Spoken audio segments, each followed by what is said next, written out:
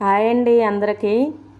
నా స్టైల్లో నేను చికెన్ బిర్యానీ ఎలా చేస్తానో చాలా సింపుల్గా టేస్టీగా మీకైతే చూపిస్తానండి. చూడండి ఫ్రెండ్స్, ఎంత బాగుందో. గిన్నెకి కూడా చెమ్మ లేకుండా, గిన్నె మాడకుండా మొలకలు మొలకలుగా బిర్యానీ ఎంత బాగుందో చూసారా.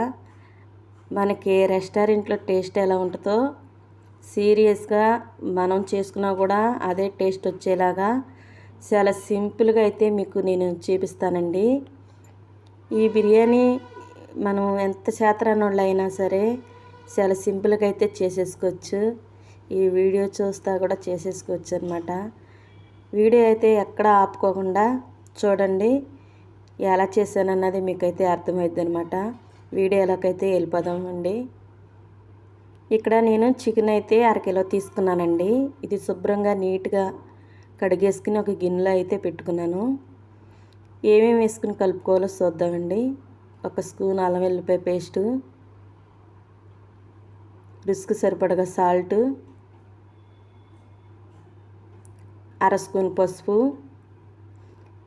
జీలకర్ర పొడి అర స్పూను, ఒక స్పూన్ ధనియాల పొడి, అర స్పూను చికెన్ మసాలా, ఒక స్పూన్ కారం అండి, 4 పచ్చిమిరకాయలు, కొద్దిగా కరివేపాకు, కొద్దిగా కొత్తిమీర, కొద్దిగా పుదీనా, వేపుకున్న ఉల్లిపాయలు, నిమ్మకాయ ఒక బద్ద పిండుకోవాలండి.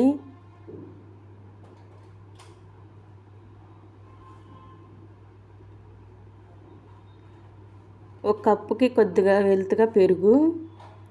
ఇప్పుడు ఇది శుభ్రంగా మనం కలిపేసుకోవాలండి. మనం ఉల్లిపాయలు వేపింది ఆయిల్ ఉంటుంది కదా, అది కూడా కొద్దిగా వేసుకోవాలి. వేసుకుని ఇలా కలిపేసుకోవాలండి.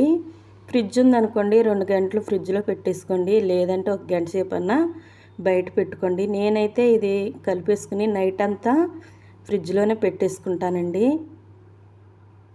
ఇలా శుభ్రంగా కలిపేసుకోవాలి.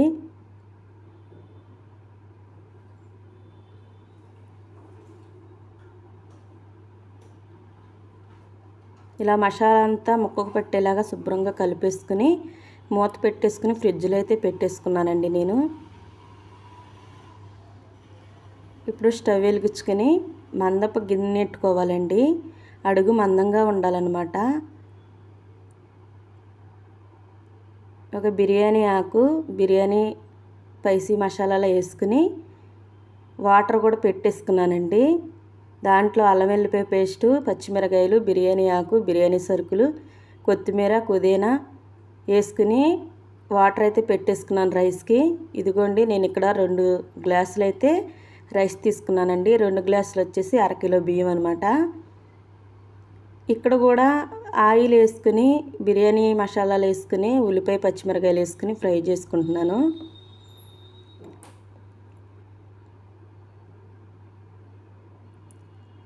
అల్లం వెల్లిపాయ పేస్ట్ కూడా వేసుకున్నానండి, ఒక అర స్పూను.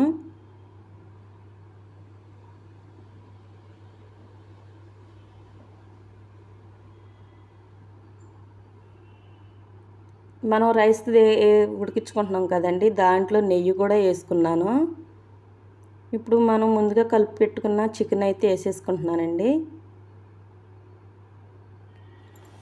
చాలా సింపుల్గా చేసేసుకోవచ్చండి. చాలా అంటే చాలా బాగుంటుందన్నమాట. ఇలా చికెన్లో వాటర్ వచ్చి ఎగిరిపోయేలాగా ఉడికించుకోవాలి. వాటర్ అయితే చక్కగా ఎగిరిపోయి ఆయిల్ అయితే సపరేట్ అయింది కదా. ఇప్పుడు మనం చికెన్ కలుపుకున్న గిన్నెలో కొద్దిగా వాటర్ వేసుకుని ఆ గిన్నె కడిగి నేను వాటర్ అయితే వేసానండి. ఇది మూత పెట్టేసి ఉడికించుకుందాము. ఈ టైంలో కనుక ఉప్పు సరిపోతే ఉప్పు వేసుకుని కలుపుకోండి చికెన్లో. ఈ వాటర్లో కూడా మనకు రైస్కి సరిపడగా ఉప్పు అయితే వేసుకున్నానండి.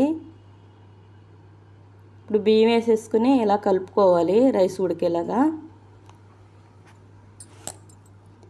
రైస్ అయితే ఉడికిందండి, చూడండి. ఇగో రైస్ అయితే ఇలా ఉండాలి.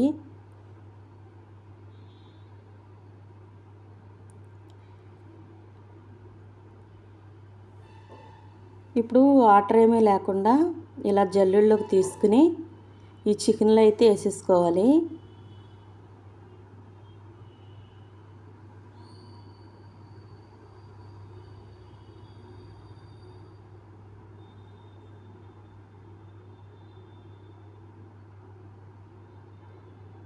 ఇలా లేయర్లల్లో వేసేసుకోవాలండి పలసగా. ఇలా రైస్ మొత్తం వేసేసుకోవాలి.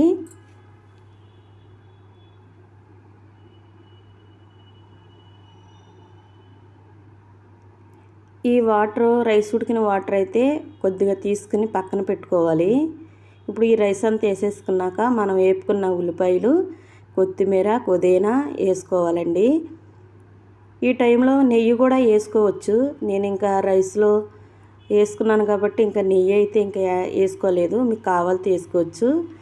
ఈ హాట్ వాటర్లో కొద్దిగా చిటికెడు పసుపు వేసుకుని కలుపుకుని ఇలా వేసుకోవాలండి. ఫుడ్ కలర్ కూడా చాలామంది వేసుకుంటారు, అది మీ ఆప్షన్ అండి. నేనైతే ఇక్కడ పసుపు తీసుకున్నాను. ఇలా పెట్టేసుకుని మూత పెట్టుకుని మనం దమ్ చేసుకోవాలండి.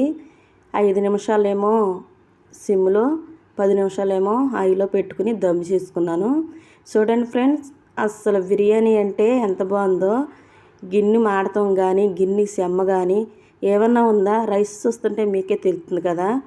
సూపర్ అంటే సూపర్ ఉంటుంది. రెస్టారెంట్ స్టైల్లో చాలా అంటే చాలా బాగుంటుంది. ఒక్కసారి ఇలా మీరు ట్రై చేసి మీకు ఎలా వచ్చిందో కామెంట్ చేయండి. ఈ ఛానల్లో మంచి మంచి వీడియోలు అయితే వస్తాయండి. మంచి మంచి వీడియోల కోసం లైక్ చేయండి, సబ్స్క్రైబ్ చేసుకోండి ఫ్రెండ్స్. చూడండి ఎంత మొలకలుగా ఉందో, చాలా బాగుంది కదా. మీరు కూడా ఒకసారి ట్రై చేయండి. Bye bye.